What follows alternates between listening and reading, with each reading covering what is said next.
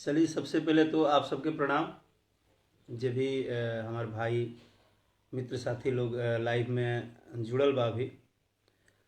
और आप सबके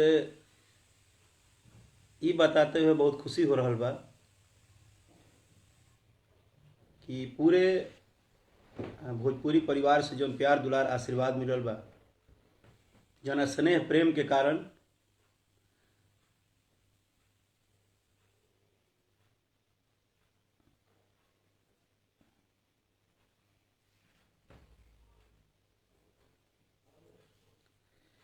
स्नेह प्यार के कारण रुआ सब के और माता पिता के आशीर्वाद, भगवान भोलेनाथ के आशीर्वाद, माँ वैष्णो देवी के आशीर्वाद से, रुआ सब के स्नेह प्रेम से राजा जाई ना बहरिया गाना हमने के क्रिकेट के भाषा में कही जा कि शतक लागल, एक बाद 150 लागल। तो रुआ सब के आशीर्वाद से म्यूजिक वाइट से जो हमार गाना आयल बा, ये राजा जाई ना बहरिया वो 160 मिलियन भइल बा। और एकर पूरा के पूरा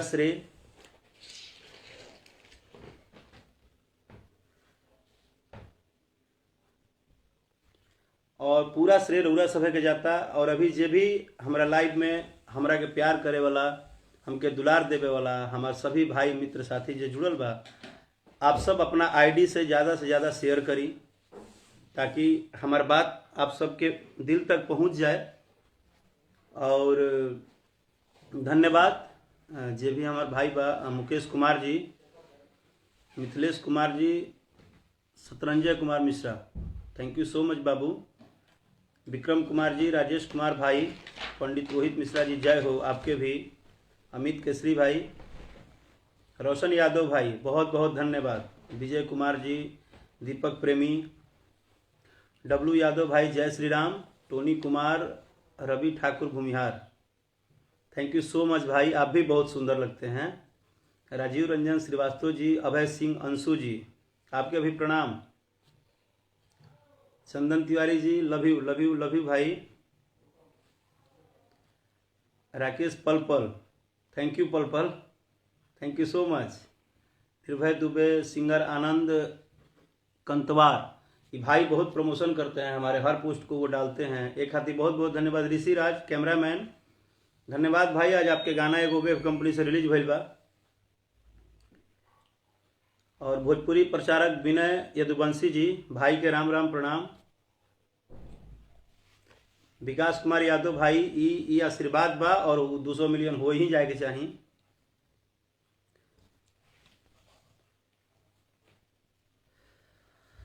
बस हम ये निवेदन करब कि रउरा सभे, पप्पू मिश्रा जी, प्रणाम सर आपके भी। रउरा सभे से इहो नहीं, शक्ति यादव भाई, आपके बहुत बहुत धन्यवाद। आप हमेशा हमार हर पोस्ट के शेयर करी ले, लाइक करी ले और ज़्यादा से ज़्यादा प्रमोशन करी ले।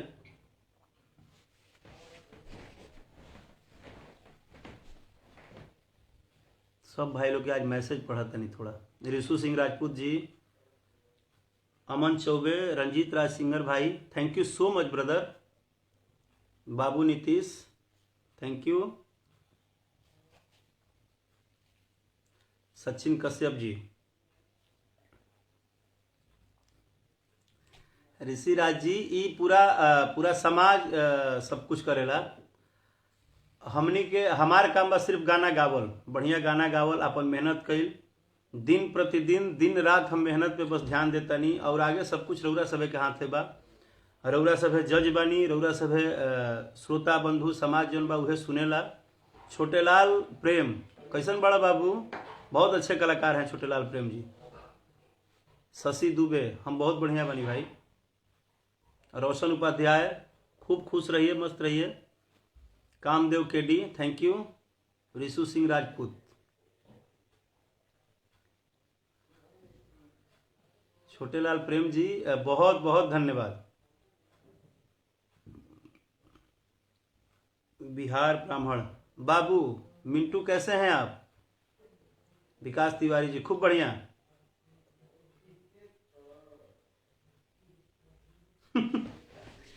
इतना बढ़िया बढ़िया मैसेज आ 160 मिलियन भैया cross. Thank you brother.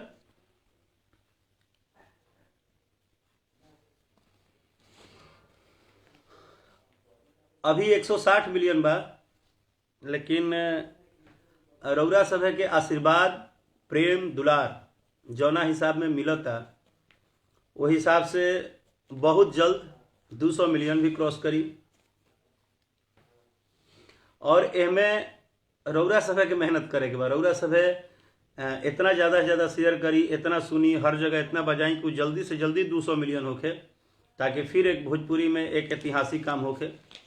Sanjay Bhushan भैया, संजय भूषण पटियाला जी नमस्कार प्रणाम। हमारे भोजपुरी इंडस्ट्री के बहुत अच्छे प्यारो हैं आप, और सबके सभी स्टारों के आप प्यारे दुलारे हैं, आपको धन्यवाद। धीरज पांडे जी थैंक यू। शक्ति यादव बाबू, आप जब दिल से चाहेंगे तब हम आ जाएंगे। नितेश सिंह जी,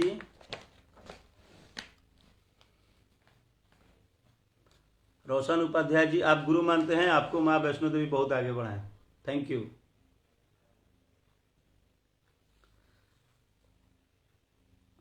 हम बस यह लाइव में बस यह हम आप सबसे निहोरा कर दनी कि रउरा सभे जौन प्यार दुलार अगाध प्रेम दे रहल बनी, ओकर हमारा भी कोनो शब्द नहीं है कि हम कितना ले बोल सकीले।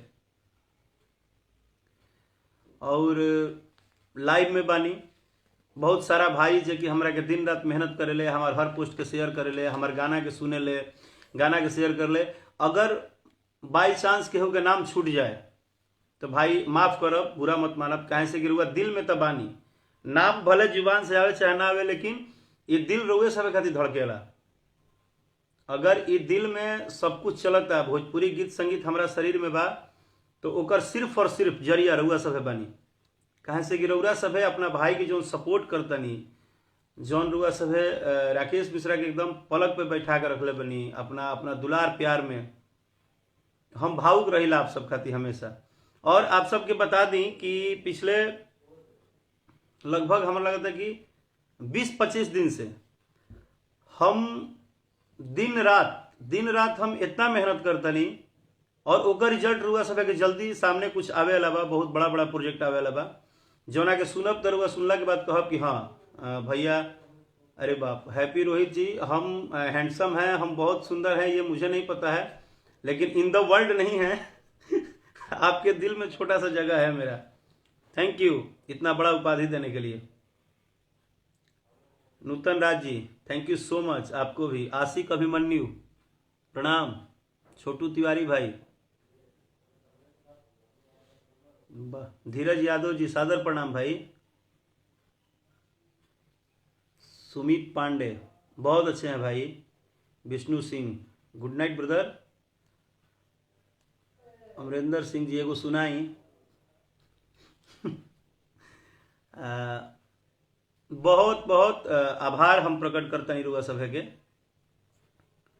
और रउरा सभे ए राजा जाई ना बहरिया, चाहे ए राजा तूता जवान हम लइका, माजा मारत असबुनिया वेब कंपनी से ए राजा तूता जवान हम लइका वर्ल्ड वाइड कंपनी से गाना जो आइल बा, वो आज 26-27 मिलियन क्रॉस कर गई, 10 मिलियन के करीब पहुंच गई बा वेब कंपनी से माजा मारत असबुनिया।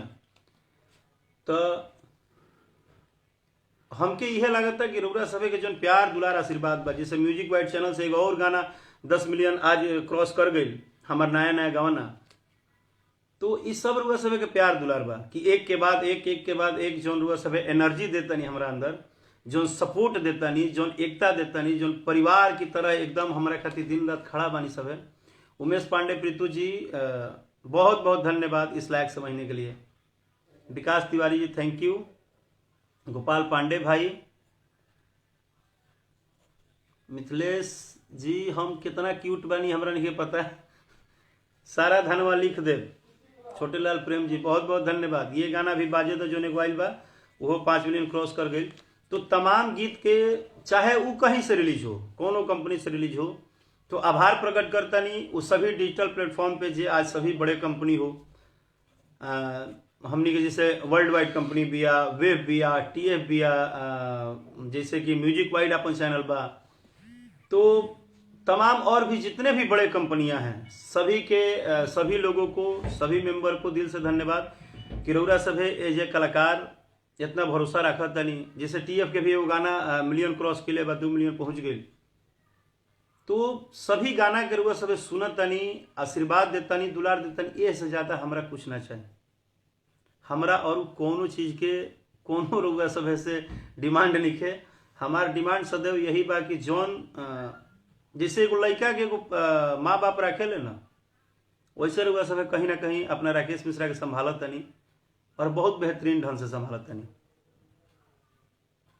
और हमकी यह बुझाला कि हम शायद हम दिन रात जौन स्पिरिट बा हमरा अंदर, जौन एनर्जी बा, उ रउरा सभे के दिल है। एमे हमार कुछ नहीं है। हम पहले दिन से ही कहते नहीं, जब से ए राजा जाई ना बहरिया गाना चर्चा में आयल बा, चाहे हिट होल बा, कि राकेश मिश्रा के पिछले 10-15 साल से हम 2006 से गायकी लाइन में बानी, ये कुछ लोग के पता होबे करी। और अभी तक जितना भी आशीर्वाद प्यार दुलार दिले बनी, वो में सिर्फ हमारे एक काम बा कि हम गाना गाई ले, हम बढ़िया करे के सोची ले। लेकिन हम ये नहीं कह सकत कि हम हर चीज़ अच्छा कर देनी। रउरा सभे ओकरा के अच्छा करी ले। रउरा सभे हमारा गाना के hit, super hit, duper hit, चाहे जितना भी बड़ा हिट के तगमा बा, वो सब कुछ रउरा सभे दिले। और जब जज के फैसला साथे रहला तो अच्छा रहला। ये एनर्जी खाती, ये प्यार दुलार देवे खाती आप सबके। देखिए जैसे राधे श्याम भाई हमारे लिख रहे बड़े, बहुत बहुत धन्यवाद आपके। बलवीर यादव जी, गोपाल पांडे भैया, Kapil Dev, singer Rahul Singh, thank you so much. जमीनी स्टार बाज रहल बा एकदम गर्दा। प्रेम कुमार भाई नमस्ते। हाँ, लेकिन डिमांड तो होके हम कौन गाना गाई। सभे के डिमांड आवता कि भैया एगो गाना गाई, एगो गाना गाई। उदय प्रसाद सोनी जी,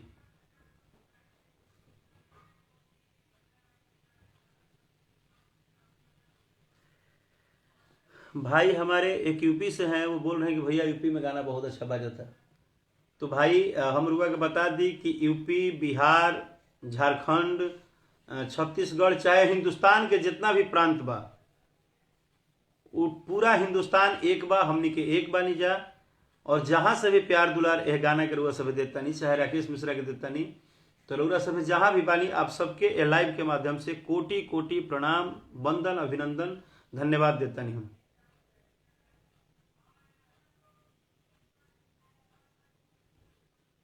सबके डिमांड होता राजा जाइना भरिया। आशीष कश्यप जी, ये भाई बहुत प्रमोट करते हैं, बहुत कमेंट करते हैं, आपको बहुत बहुत धन्यवाद। और लाइव में हमारे जुड़ल तमाम भाई से हमारे बस यह बंधन रही कि रउरा सभे हमेशा जुड़ल रही।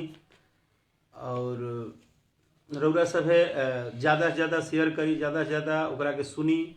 कोनो भी पोस्ट आवे अपन भाई के या कोनो गाना के पोस्टर या कुछ भी रिलीज होता, तो रउरा सभे एकदम ऐसा हमरा लागे जैसे कि हम नहीं के लिए हमारे भाई लोग सब कुछ के लिए बा। तो घर में अरे बाप, कितना पुरान पुरान गाना याद होता हो। मनीष चौहान जी, नयका फिल्म रिलीज हो जाए, फिल्म भी आई जल्दी।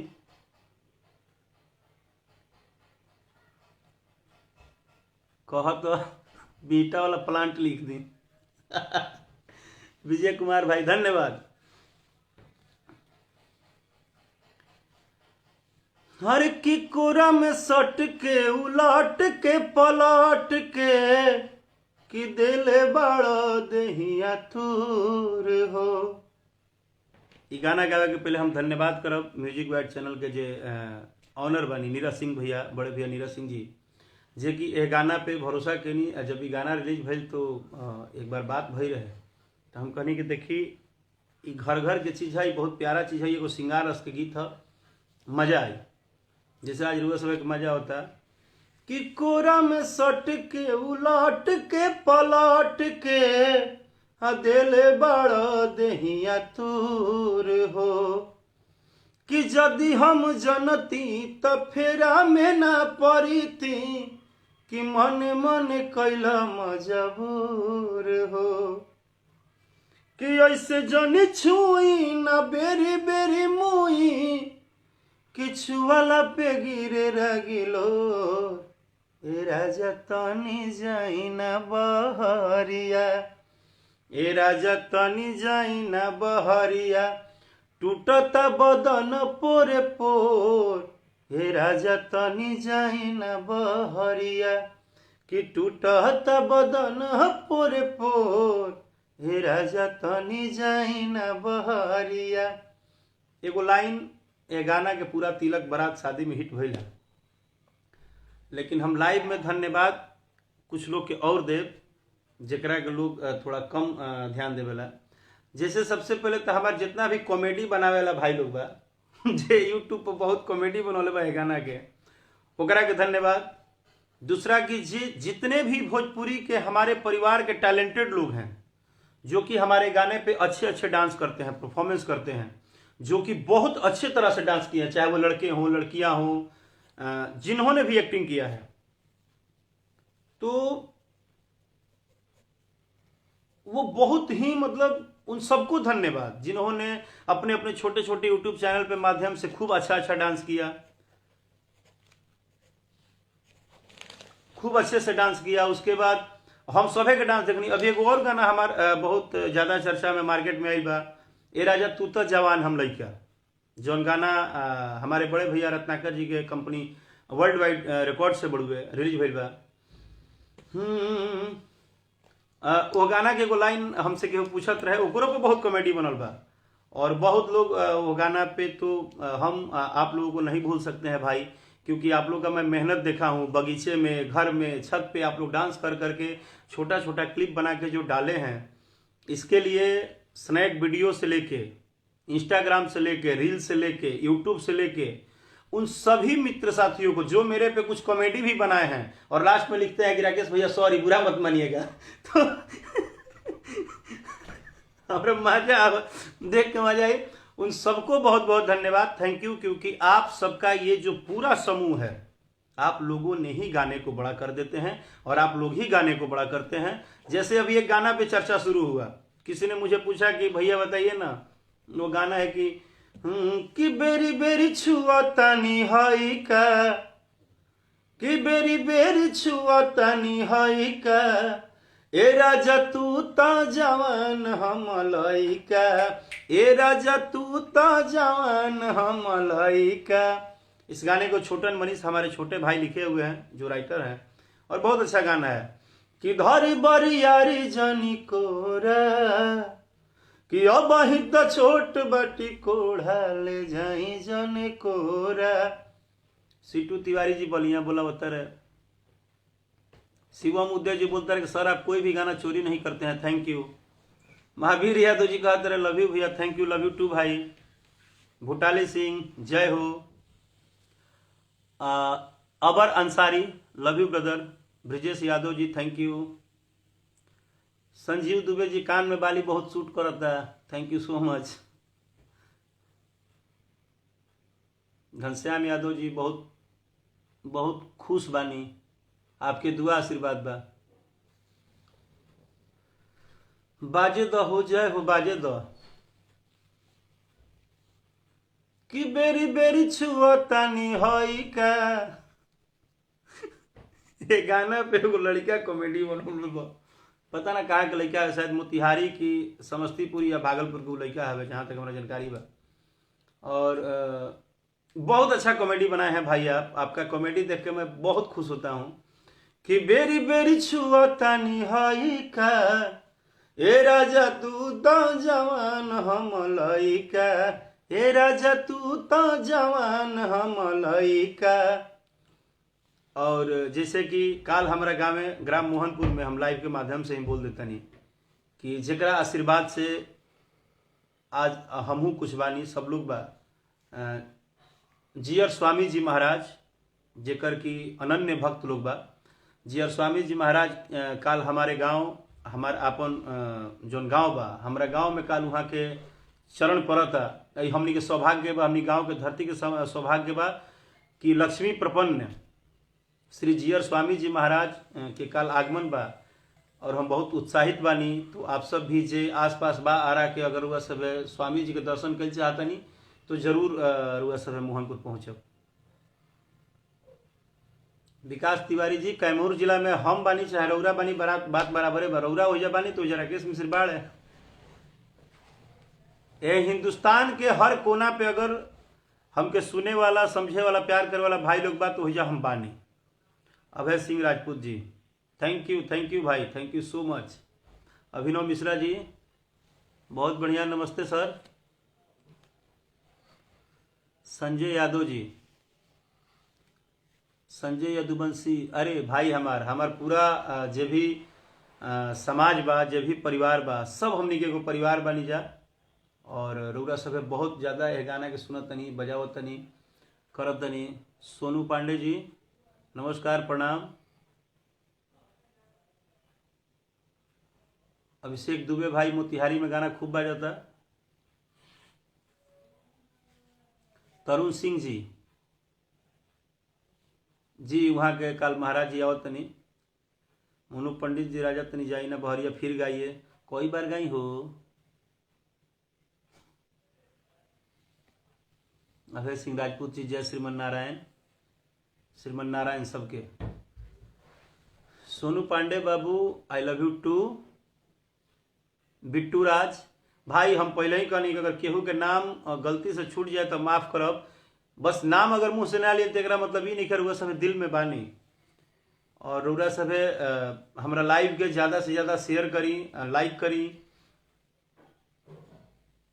Sumit Pandey ji, thank you so much भाई। हमरा घमंड और ब्रह्मांड ये सब ना बुझाए, एक से हमरा के दूरे राखी तो ठीक बानी। हम जहाँ बानी, जितना बानी, रउआ सभे के आशीर्वाद दुलार मिलत रहो। माँ वैष्णो देवी के बस स्नेह लागल रहो, जियर स्वामी जी के दुआ पर रहो, और रउरा सब के आशीर्वाद मिलत रहो। और ज़्यादा हमरा कुछ ना चाहिए, और हम का करब ढेर।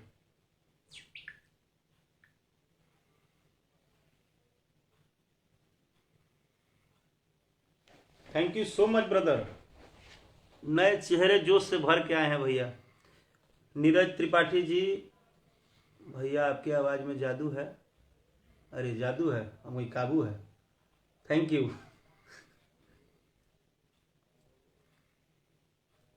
Sanjay Yadav ji, thank you brother. Anuj Kumar भाई, क्षत्रिय राजा सिंह जी, लव यू भाई। विकास राय जी, नमस्कार। गुप्ता जी, भोजपुरिया, एगो गाना गईबे करी अभी। मान सिंह, नागेंद्र जायसवाल, जय माँ बखोरापुर, जय हो माई। Vikrant Rajput, miss you too भाई। Ashish Pratap Pandey, thank you so much. हमें स्मार्ट लग रहे हैं, ये आपकी दुआ है। हर की मजा मरता सबुनिया राजा जी। ये गाना वेब कंपनी से है और इस गाने को आप लोग बहुत प्यार दुलार दे रहे हैं। कि रौरा हमार देखी देखी तारा सी जवानिया राजा जी, कि मजा मारता सबुनिया राजा जी। संजय भूषण भैया जो हैं हमारे पूरे भोजपुरी इंडस्ट्री के सबसे बड़े प्यारो कहे जाते हैं, और उनका भी फरमाइश है कि एक गाना हो जाओ। हम गाने में गाओ तो नहीं कहेगो भैया याद कर करके।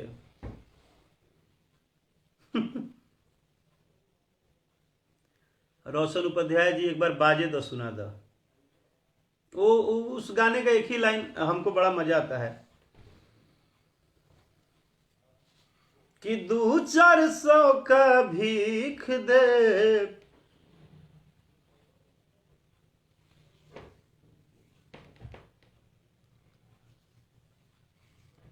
आशिक अभिमन्यु गिरी जी, छपरा जिला के समस्त जनता के दिल से धन्यवाद कि छपरा, सिवान, गोपालगंज और तमाम पूरा परिवार के जे कि हर जगह हम बहुत खुश रहे कि हमरा से कभी केहू ई ना बात करे कि राकेश तू के हवो, कौन जात हवो, कौन बिरादर हवा। हमारा के लोग पता ना, हम जहाँ जाइले सभे के लगी राकेश हमार हवे। हम जेकरा से मिलल बनी हमारा एक बात सुनाई देवला कि राकेश हमार हवे। और इहे बात हमारा दिल के सुकून पहुंचावेला कि हम यूपी जाई, बिहार जाई, कहीं जाई, जरा दुआरी पर चल गई, जरा घर चल गई, जौना भाई से मिलनी। कुछ भाई हमारा पर नाराजो बड़े, अगर खूब खिसिया के अगर कन्फ्यूजन में मान ली कि कोनो गलत फहमी हो गई बा, मान ली केहू कह दिल कि राकेश मिश्रा नू बुरा आदमी हो, तो बेचारे 2 दिन गाड़ी दे दी है, लेकिन तीसरा दिन पता चल कि ना ना भैया ठीक आदमी हवे। तो फिर आके भाई कह कि ये भैया वो दिन खातिर सॉरी कुछ बोल दिलो खब दो। थैंक यू भाई, कोई बात नहीं है, सब होता है, ऊपर वाला जानता है ना, बस उस पर भरोसा रखिए। कि 200-400 का भीख दे, ये भोजपुरी की एगो टैग लाइन हो, कहावत हो कि 200-400 का भीख दे, सारा धनवा लिख दे। का नाम है बलेंद्र कुमार भाई। कृष्णा प्रजापति नमस्ते भाई। अभय सिंह, यदुवंशी मिथिलेश आहिर मिंटू लव यू भाई। Santosh Kumar Rocky, Mukhtar Yadav love you भाई। नेहा वेट्स, Heera Shankar, singer Sachin Tiwari thank you brother. अरे थैंक यू बाबू, कैसे हो आप। गीतकार Hareram Lahari thank you brother. Sandeep Singh, Ashish Bhatt, Ranjan Albela, अच्छा बहुत अच्छे राइटर हैं रंजन भैया आप। पवन कुमार, संदीप कुमार जी, विकास तिवारी जी, एकदम आप व्यस्त रहिए, आप आराम कर सकते हैं, हम आप लोगों को बहुत ज़्यादा डिस्टर्ब भी नहीं करना चाहते हैं। आज बहुत अच्छा लगा आप सबसे बात करना, मुझे बहुत अच्छा लगा। मजा मारा तो सगुनिया ए राजा जी, ओहो कितना बढ़िया बढ़िया बात लिखत लोग भाई लोग। हाँ फिर अब पूछते बड़े कि बेरी बेरी छुआ तनी हई का। ये गाना की चर्चा हमको लग रहा है, ऐसा हमारा अंदाजा बा भाई लोग। अच्छा हुआ सबसे कुछ छोटा सवाल पूछता नहीं, का बुझाता है कि सरस्वती पूजा में राजा जाई ना बहरिया जाता बाजी कि बेरी बेरी छुआ तनी हई क्या। हमारा कि ई बताई कि दोनों गाना में सबसे ज्यादा गाना कौन बाजी कि मजा मारा तो सगुनी है। बिहार ब्राह्मण भाई तारा से कबो गलती नहीं हो सकती है, सब बोले तू केहू से गलती नहीं किया भाई। भाई यदुवंशी आपसे गलती नहीं हुआ है भाई। आप मान ली केहू के कोनो बात सुन के चार वो गाड़िए दे दे तो उसे का हो जहाँ प्यार कम हो जरूरत प्रति। हर इंसान के अंदर लाले खून बा भाई, हर इंसान के अंदर लाल खून बा। हम सब एक परिवार हैं, हम इतने जनता नहीं कोई इंसान है बस। और वह खिसिया के गाड़ी दे दी, हमारे के डांट दी, बोल दी तो उसे का दिक्कत बा। रहुए कल गाड़ी दे तो रहुए ना हमारे खातिर दुआ करो। अरे वो कल पता चल जी कि राकेश की तबीयत खराब हो तो दुआ करो नू। आलोक यादव जी, अरे लव यू टू भाई। इस बात को लेके आप लोग थोड़ा भी मत अपने आप में अंदर में सोचिए कि हमने भैया को उल्टा बोल दिया, चाहे हम किसी का न्यूज सुन के हमने गाली दे दिया। आपका भैया कभी किसी के प्रति उनको कोई दिक्कत ही नहीं है। हम सबसे पहले क्लियर कर दी कि जे भी इस सब टाइटल के साथ आईडी चलावत है, अहिरान चाहे जादव जी चाहे फलाना ग्रुप जादव ग्रुप, उस सभी हमारे परिवार हैं, आप सभी हमारे दिल में हैं।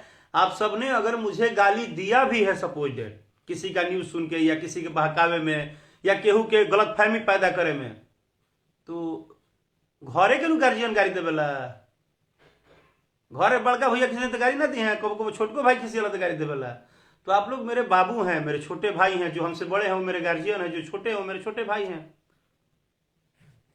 अनुज कुमार जी, भोजपुरी के बढ़ावे में हमारे कोनो योगदान नहीं किया, हम 15 साल से खाली एगो वर्कर की तरह काम करी ले। नहीं भाई, कोई माफी वाली बात मत करिए प्लीज प्लीज। भाई मैं हाथ जोड़ता हूं, मैं आप सबसे मैं बोलता हूं कि आप सब मेरे दिल में हैं। आप लोगों ने मुझे पर्सनली अगर आईडी पे कुछ गाली दे भी दिया हो, कुछ मैसेज की भी दिया हो, तो मैं देखा भी नहीं हूं। और ये सब चीजें मत सोचिए मेरे लिए कोई, ये सब जो भी बातें हैं ना ग्रुपिंग चाहिए वो, मैं ये सब नहीं सुनता। मैं ये जानता हूं कि आप सभी मेरे भाई हैं और मैं आप सबका प्यारा एक छोटा सा भाई हूं। जिला आजमगढ़ में राजा जाई ना बहरिया चली।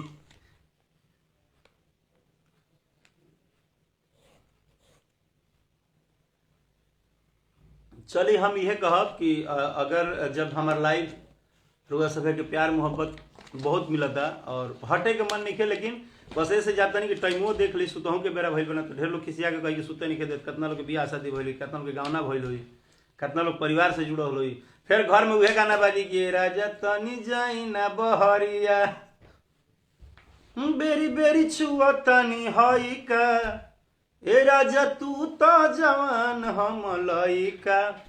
आई love you, I love you, I love you. और केहू से हमार कोनो निंदा निखे, प्रणाम, हाथ जोड़ के एकदम दिल से प्रणाम। रौरा सभे दिन रात राकेश मिश्रा मेहनत निखन करत, हमरा खुदे अंदाजा नहीं कि रुआ सभे जो आशीर्वाद देतनी, प्यार देतनी, शायद एक दिन हमनी के वो लेवल पर हमारा के रुआ सभे लेके पहुंचा देहब जहाँ कि हम कबो सपनों में नहीं सोचले। और ये हमारा पक्का भरोसा उम्मीद बा कि जब हम लाइव से हटब तो रुआ सभे हमारा लाइव के सुन के शेयर जरूर करब, हर केहू के सुनाइब जरूर। और आवे वाला गीतन के हमारे यूट्यूब पे हमेशा सर्च करत रही, कहे से कि हर कुछ दिन बाद रुआ सभे के नया कुछ सुने के मिली। आई love you, thank you so मच, प्रणाम।